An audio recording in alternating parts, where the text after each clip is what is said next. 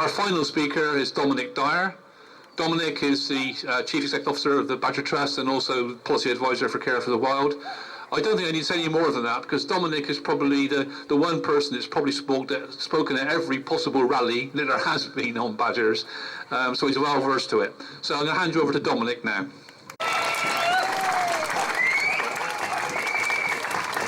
Welcome the Badger Army to Exeter.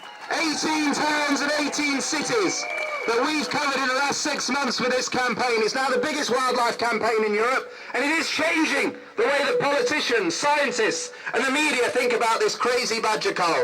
When we started this 6 months ago, many people still had sympathy for the National Farmers Union, still thought that Owen Paterson was probably quite an honest man, still believed that David Cameron was doing the right thing. Well, I don't think anyone believes any of that anymore. We know the badger cull makes no sense from an economic point of view. We make it no sense from a scientific perspective, and it definitely doesn't take into account the animal welfare concerns of our badgers. This policy has failed. It's failed in a way that is catastrophic for the relationship that this government has with the public when it comes to the environment and farming. Now, the only issue now is how we stop this and how the politicians accept they got it so wrong. But I'm afraid they're digging in, and they're getting nasty, and they're getting desperate. Now, all of you would have seen the front page of the Daily Mail and the media coverage yesterday about cats and TB. Let me tell you something about that, because I've just been speaking to the Sunday Express, who'll be writing a story tomorrow. Last time that Owen Paterson came into Parliament in October to talk about the badger cull, he mentioned, surprise, surprise, concerns about TB in cats.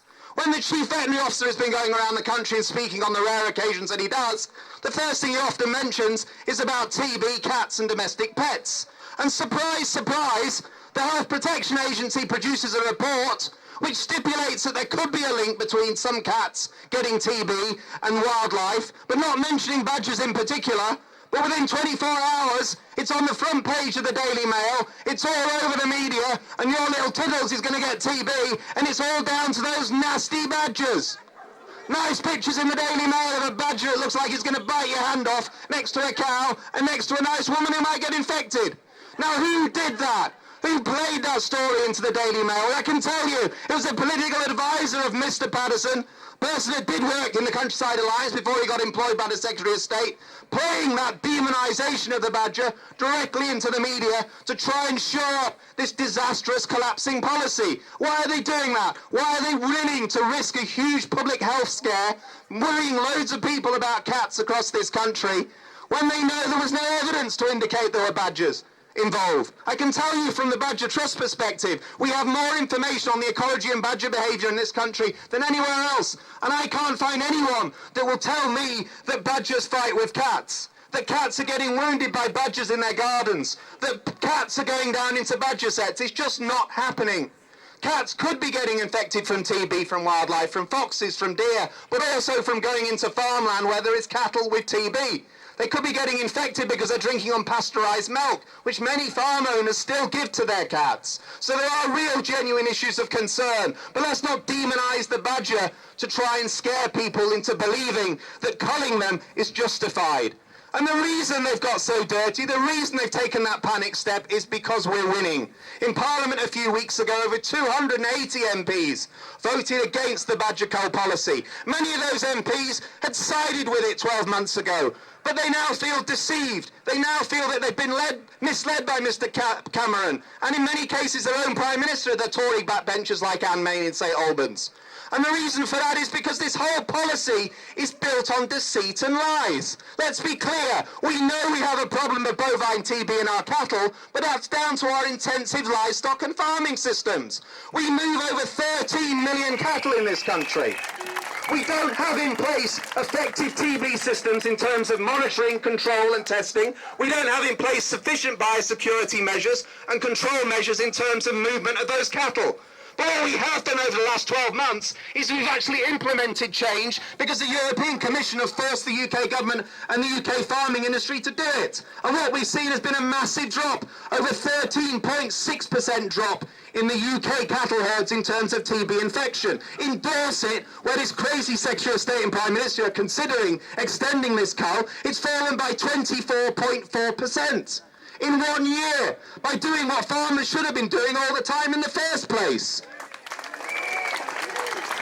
The best, the very best you would ever get by culling badgers, and that's based on the scientific evidence of everyone involved in the randomised badger cull, is you might get a 16% reduction over 9 years in the level of increase in the disease.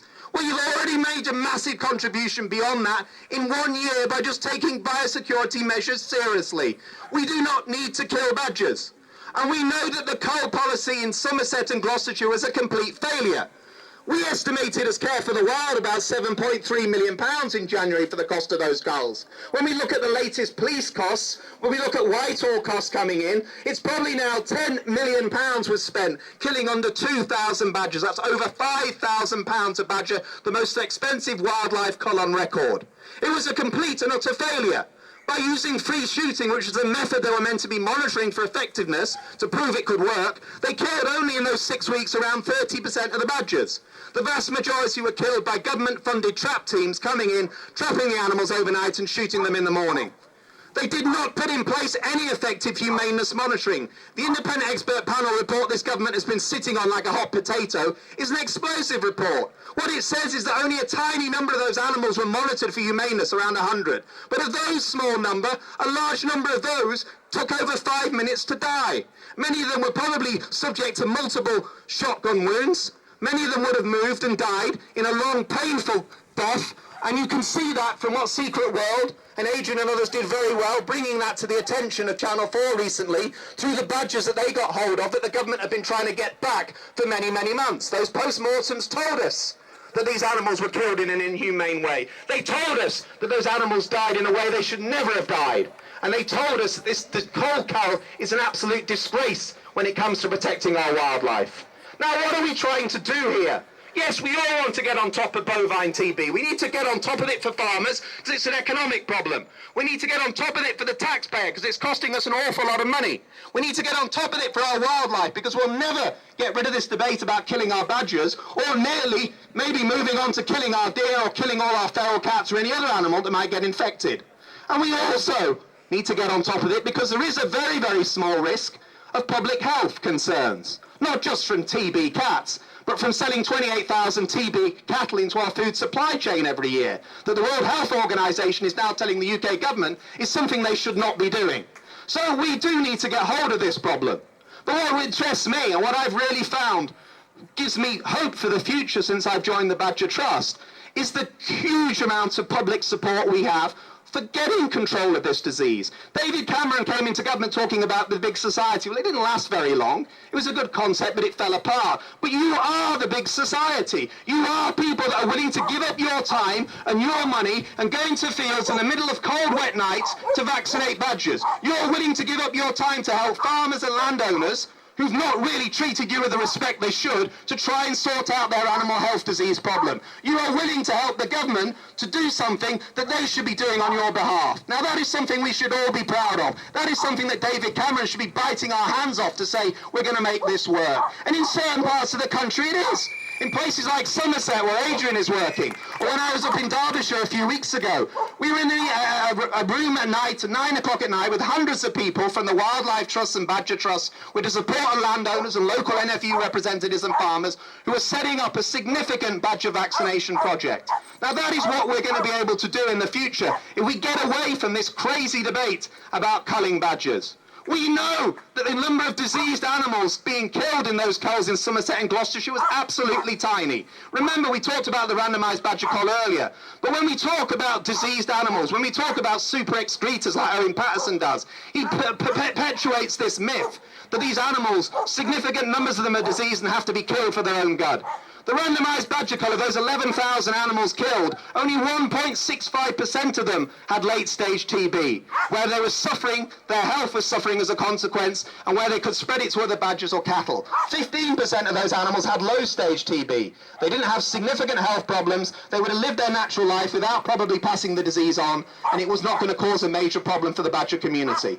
But the vast majority, over 85% of the animals, had no TB at all. And that's why this government have not tested any of the animals during the culls in Somerset and Gloucestershire. Well, we thought they hadn't tested them. But we got a freedom of information request came back today saying, actually, we've tested some of them at the request of landowners, but we can't really tell you the results. There's a surprise, because we know none of those animals have got TB. Otherwise, those results would have been held up in Parliament by Mr. Patterson earlier this week. So, we don't have disease badgers. We've spent an absolute fortune on a badger cull that's been a complete failure. We have caused a huge division between people living in town and city and farmers. And farmers are important. I've worked with them for most of my career and I have respect for them. But they must listen to us as well. They have to work hand in hand to find a solution to this problem.